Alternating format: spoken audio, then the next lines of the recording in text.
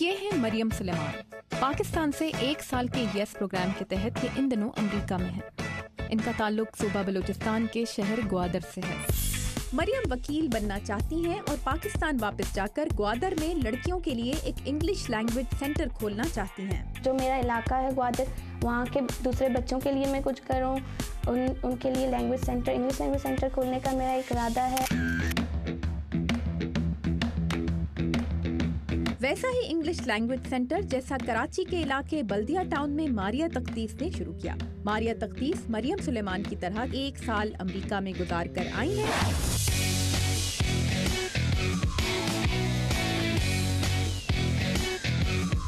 اور پاکستان واپس جا کر اپنے علاقے میں ناخواندہ عورتوں اور بچیوں کو انگریزی لکھنا پڑھنا سکھا رہی ہیں۔ تو ایک یہ چیز ان کے اندر ہے کہ بیٹا اپنے لیے خود کھڑے ہو، اپنے باپ پہ یا اپنے بھائی پہ بوجھ نہیں بنو۔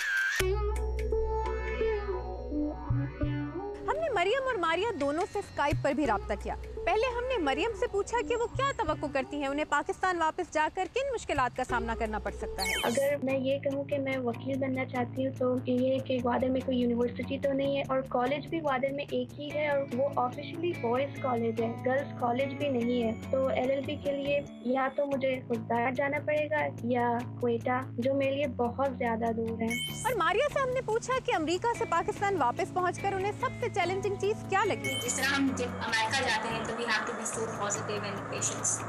اسی طرح جب ہم واپس آتے ہیں تو ہمارے لیے ایک اور کلچرل شاک ہوتا ہے کہ ہمیں اب ان کو جو ہے کنونس کرنا ہے کہ جو کچھ بھی ہے education is not a bad thing. جس طرح سے ہم لوگ مسکنسیپشنس امریکہ میں جا کے دور کرتے ہیں، سیم وے اب ہمیں پاکستان واپس آ کے وہی مسکنسیپشنس جو یہاں کے لوگوں میں وہ ہمیں دور کرنی ہوتی ہے۔